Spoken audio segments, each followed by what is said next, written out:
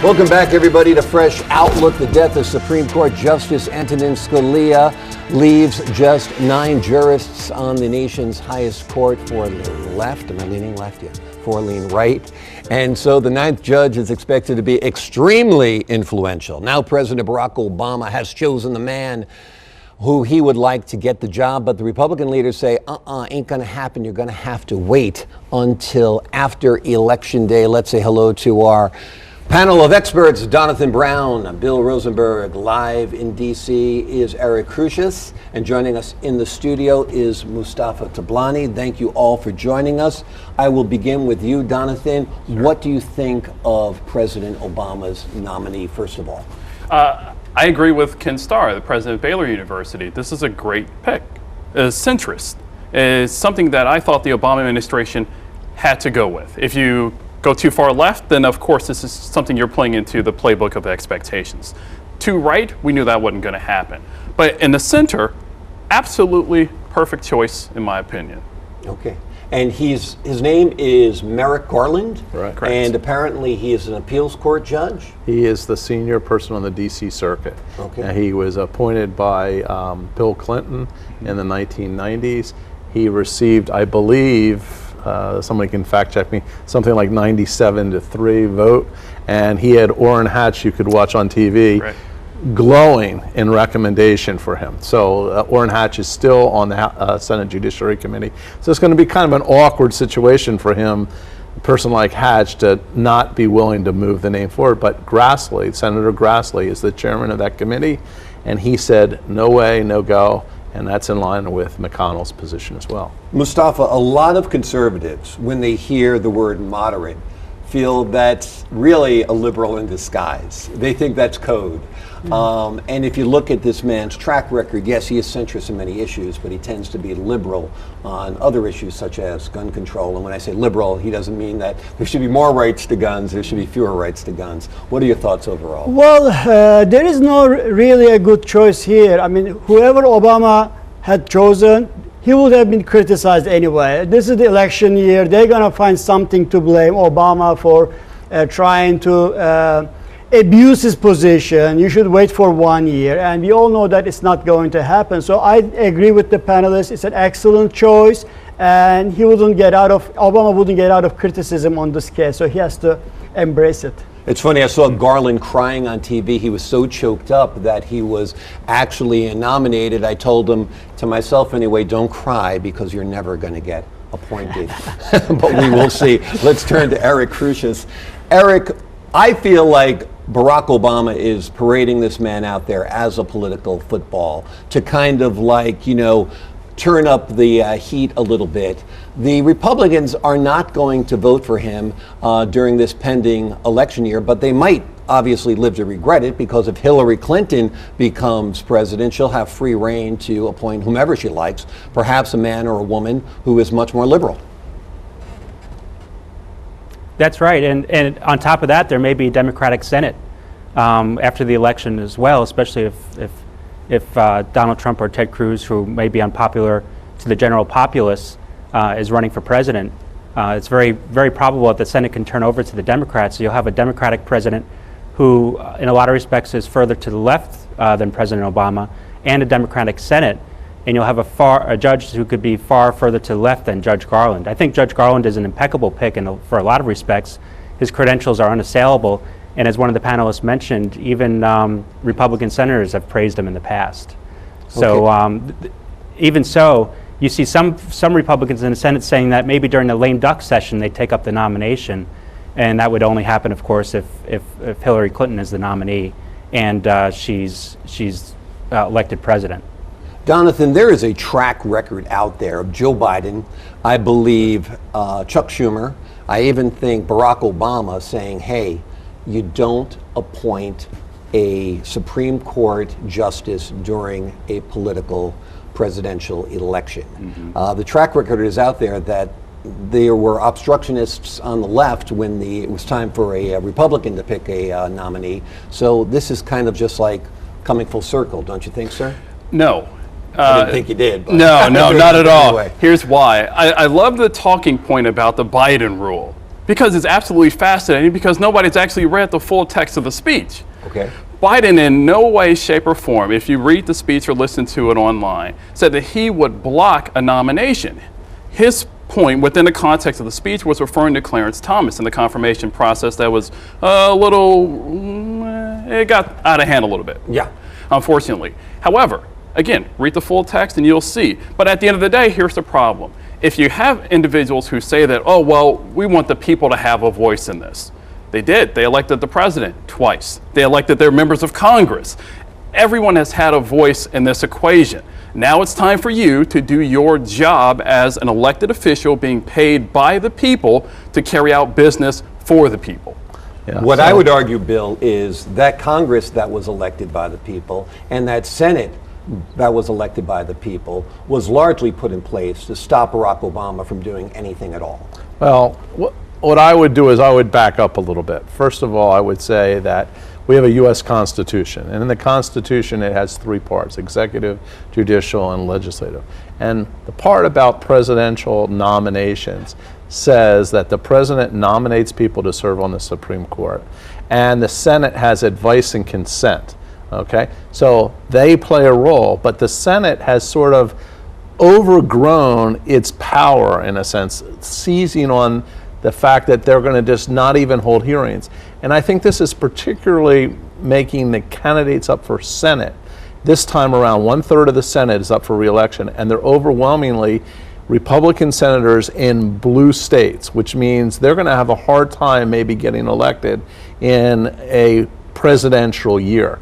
If they do the do-nothing version of being a senator, like Mitch McConnell started 8 years ago, that's going to be a tag that's really going to hang tight around their neck. So I think ultimately they could hold hearings, and then they could vote no. But to say you're not even going to hold hearings seems like an unacceptable position, regardless of whether you're a Democrat or a Republican. Well, Mustafa, the electorate is so polarized right now, so divided, that if a Republican senator or congressperson says, yeah, let's hold a vote, they're going to consider that Brutus sticking a knife into the back of Caesar. Because you feel like you're being betrayed. That's just the viewpoint out there. And American people are being fed up with this dysfunctional family in Washington, D.C. I mean, you got to do your job, get the things rolling. And I'm blaming Democratic Party at this point as well, because they did the similar thing when George W. Bush was appointing a Supreme Court justice. So they are kind of having a double standard as well. But Washington has to man up and assume responsibility, be a good role model, and stop being dysfunctional. You also have to realize that the Republican right today feels that they have ownership of that Scalias seat. And the thing I think viewers have to realize is that going back maybe 15 years ago, when Clarence Thomas was put on the bench, an African American, he was replacing the lion of the U.S. Supreme Court, an African American Justice, Thurgood Marshall. So Thurgood Marshall did not own that seat. The seat was not the liberal seat of Thurgood Marshall, because they put in a person who was the antithesis of him. So to say in this election we're going to hold the seat for Scalia is wrong, number one. And number two, I would also say that I don't think the polarization in America is going to change after the first Tuesday and the first Monday in November. There's still going to be a deeply divided society between Democrats and Republicans, liberals and conservatives. So this balance, maybe it weights one way or another in who gets elected, but at the end of the day, we're still a polarized society. Okay, and back to your first point, Clarence Thomas, of course, had a cakewalk to his appointment after being accused of everything under the sun, including, I guess, rape or something like it. And as far as the polarization goes, there's a lot of people out there who would say the man who holds the top job in the country, Barack Obama, is to blame for that. Let's turn to Eric Crusius. Eric, I am, as you can tell, the one conservative voice here. There has to be somebody on the other side. That's why I'm bringing out a lot of these points. Otherwise, we'd be all singing Kumbaya and going off to a Hillary rally. So tell me a little bit about your thoughts so far as we go to this conversation. Well, I mean, the politics in this country have always been not pretty, to say the least. I mean, look at it. Even Alexander Hamilton one of our nation's important first leaders. His political career or public career started with him being called a mulatto bastard and ended on the Hudson River with him getting shot by Aaron Burr. So this has never been a real hunky-dory, everyone's happy process in our political life. And that has seeped into the Supreme Court area, especially in this day and age where you have everything's extremely polarized, and it's not surprising that the Supreme Court has now taken the brunt of that. And I think that started really to go downhill in the Bush v. Gore case in 2000, where you had 5 judges on the conservative side voting for President Bush, and the 4 judges on the liberal side voting for wannabe President Gore. And I think since that point in time, everyone's really looked at the Supreme Court as more of a political entity than a judicial entity, when in fact, a lot of times the judges do agree with each other on a lot of issues, regardless of politics. And like or dislike the healthcare decision a few years ago, when Judge Roberts joined with the more liberal wing of the party, of the court, I guess a Freudian slip there, but of the court, that actually helped the institution of the Supreme Court because it showed that Republicans and Democrats can disagree and agree on legal issues regardless of their party and regardless of their political ideology. Because I would bet that Justice Roberts, didn't necessarily agree with the Affordable Care Act, but found a legal reason to find that the mandate itself was legal. Okay, Eric makes a lot of good points there.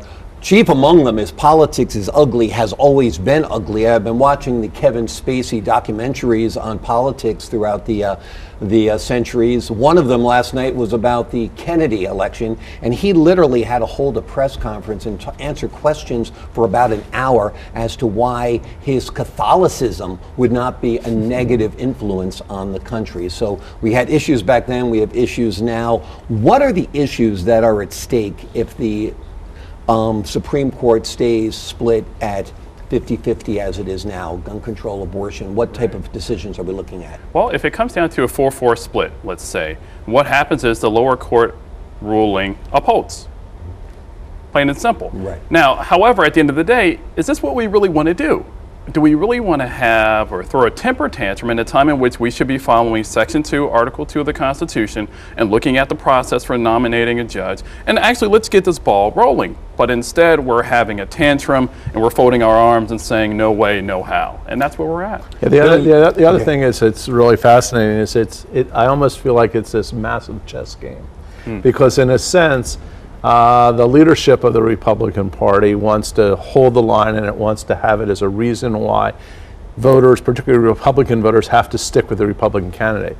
But as Don said, that the lower ruling stands. And right now, the lower rulings, the highest level below the Supreme Court, is dominated by democratically appointed judges. So in a sense, it undercuts the Republican or the conservative position about getting their points of view as long as it's 4-4. But that's only up until January. And then it depends on who gets elected, Exactly. and it depends on who gets nominated and confirmed. Absolutely. Mustafa, how much of this is a failing of President Obama? Believe it or not, I like President Obama personally, but I think the biggest failing of his administration has been his inability to reach across the aisle and actually forge a good relationship on the other side. I know it's extremely tense, but it's always been extremely tense, we pointed out. Well, I think his biggest mistake was before the election, he promised a lot.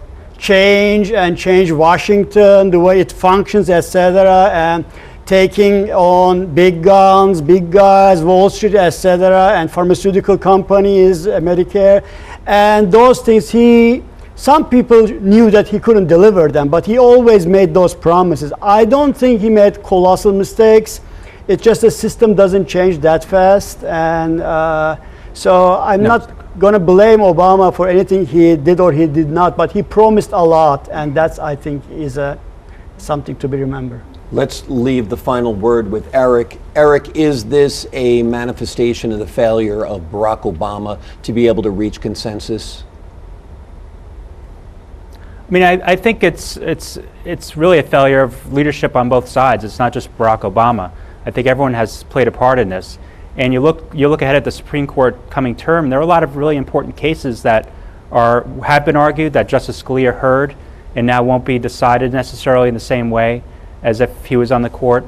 And there's a lot of very critical issues to this country coming down the pike on the court's docket. And I think it's imperative that even if the Senate acts negatively, that it at least act to show that our institutions are continuing to work, whether we like how they work or not. All right, Eric, thank you so much for your thoughts. Jonathan, Bill, Mustafa as well. When we come back, the soccer world is socked and rocked by scandals. More on that after this.